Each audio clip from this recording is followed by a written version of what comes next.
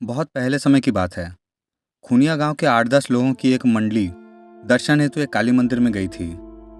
काली का यह मंदिर एक जंगल में था, पर आसपास में बहुत सारी दुकानें, धर्मशाला आदि भी थे। कच्ची पक्की सड़कें भी बनी हुई थी, पर घने उगे जंगल, पेड़ पौधे इसे जंगल होने का भान कराते थे। यह काली मंदिर बहुत ही जगता स्थान माना जाता है। यहाँ हर समय भक्तों की भीड़ लगी रहती थी, पर मंदिर के अंदर जाने का सुबह 8 बजे से लेकर रात के 8 बजे तक ही था। भक्तों की उमड़ती भीड़ को देखते हुए मंदिर के मुख्य दरवाजा के अलावा एक और दरवाजा खोल दिया गया, ताकि भक्तजन मुख्य दरवाजे से दर्शन के लिए प्रवेश करें और दूसरे दरवाजे से निकल सकें। खुनिया गांव की मंडली शाम को 6 बजे दर्शन करने मंदिर पहुंची और दर्शन करने के बाद मंदिर के आसपास घूमकर वहां लगे मेले का आनंद लेने लगी। मेले में घूमते घूमते यह मंडली अपने निर्भयपन का परिचय देते हुए जंगल से थोड़ा दूर निकल गई। रात होने लगी थी। मंडली का कोई व्यक्ति कहता कि अब वापस चलते हैं, कल दिन में घूम लेंगे, पर कोई कहता डर रहे हो क्या, इतने लोग हैं, थोड़ा और अंदर चलते हैं फिर वापस आ जाएंगे। ऐसा करते करते यह मंडली उस जंगल में काफ़ी अंदर तक चली गई। रात के अंधेरे में अब मंडली को रास्ता भी समझ नहीं आ रहा था और ना ही मंदिर के आसपास जलती कोई रोशनी ही दिख रही थी। अब मंडली यह समझ नहीं पा रही थी कि उसे किस ओर चलना है। खैर, मंडली के एक व्यक्ति ने अपनी जेब से माचिस निकाली और झोले में रखे हुए कुछ कागजों को जलाकर रोशनी कर दी। रोशनी में उस मंडली ने जो देखा वह बहुत ही भयावह था। आसपास कुछ नर कंकाल भी नजर आ रहे थे और पेड़ों पर कुछ अजीब तरह के डरावने जीव जंतु इस मंडली को घूरते नजर आ रहे थे। अब तो इस मंडली के सभी लोग पूरी तरह से चुप थे। कोई कुछ बोलने की हिम्मत नहीं कर पा रहा था।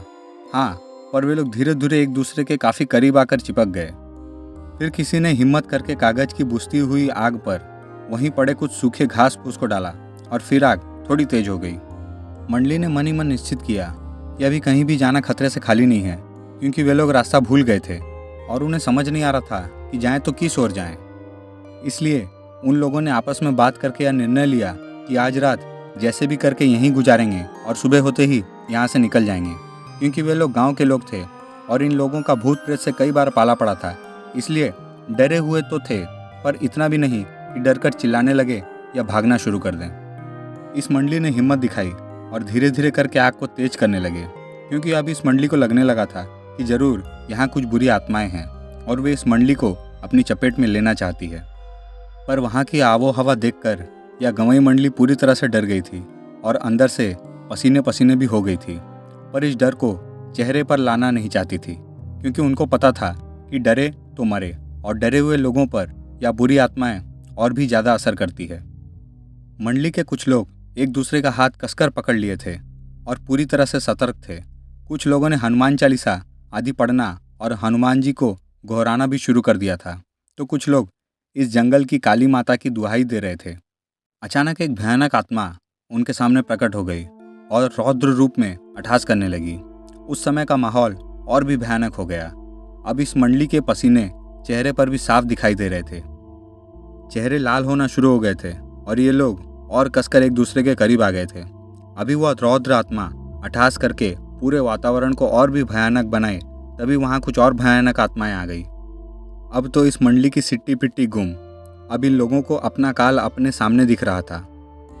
अब वहाँ एक नहीं, करीब 5-6 आत्माएं आ गई थी और अपनी अजीब हरकतों से माहौल को पूरी तरह से भयानक बनाकर रखती थी।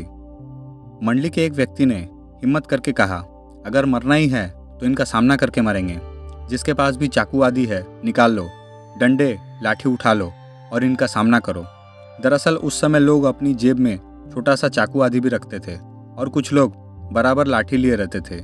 इस मंडली के 2 लोगों के पास भी लाठी और 3 के पास चाकू थे। अब सब पूरी तरह मुकाबला करने के लिए तैयार हो गए थे, पर शायद इन्हें लड़ने की नौबत ही नहीं आई। हुआ यूं कि जैसे एक भयानक आत्मा ने इन पर हमला किया, उसका सिर कटकर अलग गिर गया।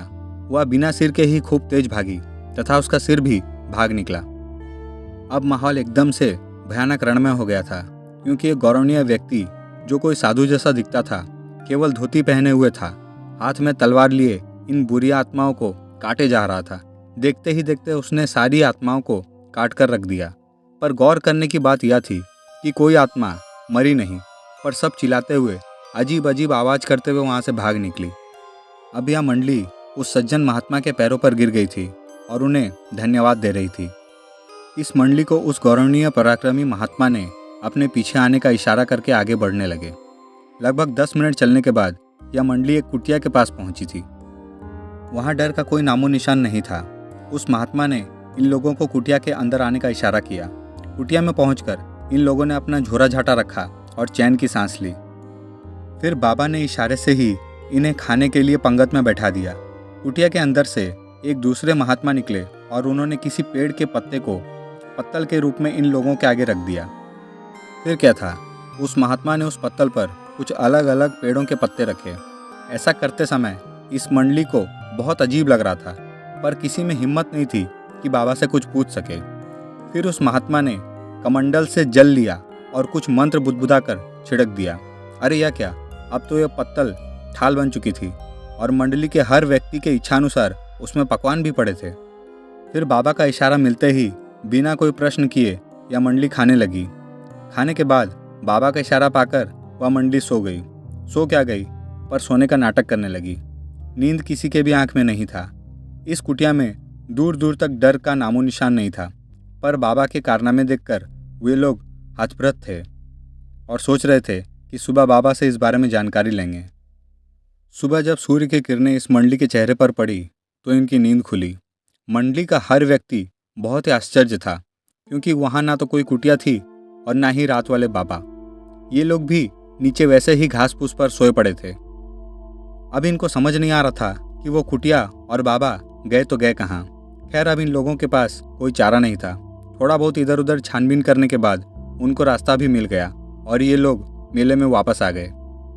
मेले में वापस आने के बाद ये लोग काली माता के पुजारी से मिलकर सारी घटनाएं बताए। पुजारी बाबा ने एक लंबी सांस छोड़ते हुए कहा, वह दिव्य आत्मा है जो इस जंगल में रहती है। वह केवल रात में ही, और वह भी भूले भटके लोगों को नजर आती है और उन्हें रात में आश्रय प्रदान करके फिर पता नहीं कहाँ गायब हो जाती है। उस पुजारी बाबा ने बताया कि ऐसी घटनाएं उन्हें काफ़ी बार श्रद्धालु सुना चुके हैं। इतना ही नहीं, उन्होंने कई बार दिन के उजाले में 9-10 लोगों के साथ इस जंगल का कोना कोना छान भी मारा है, पर कभी भी ना वे महात्मा मिले और ना ही ऐसी कोई कुटिया ही दिखी। खैर, यह मंडली तो कुछ और ही करना चाहती थी। इस मंडली ने फिर हिम्मत करके रात को जंगल में निकल गई। मंडली चाहती थी कि उन्हें बुरी आत्माएं फिर से सताए और बाबा फिर आकर उनकी रक्षा करें। इसी बहाने यह मंडली चाहती थी कि बाबा के दिखते ही उनके पैरों पर गिरकर कुछ समस्याओं के बारे में जानकारी ली जाएगी। बाबा से हाथ जोड़कर प्रार्थना किया जाएगा कि वे कुछ अनसुलझे प्रश्नों का उत्तर दें। पर यह क्या, अभी ये लोग जंगल में कुछ ही दूर तक आगे बढ़े थे कि जो बाबा रात को पत्तल लाकर रखे थे वे दिख गए और बोले, तुम लोगों के मन मस्तिष्क में क्या चल रहा है मुझे अच्छे से पता है, पर ऐसा भूल कर भी मत करो। कुछ चीज़ों को रहस्य ही रहने दो। और सबसे अहम बात, यहाँ हम और हमारे गुरुजी इस जंगल में इसी माता के दर्शन के लिए आए थे, पर रात को जंगल में कुछ डाकुओं ने हमारी हत्या कर दी थी।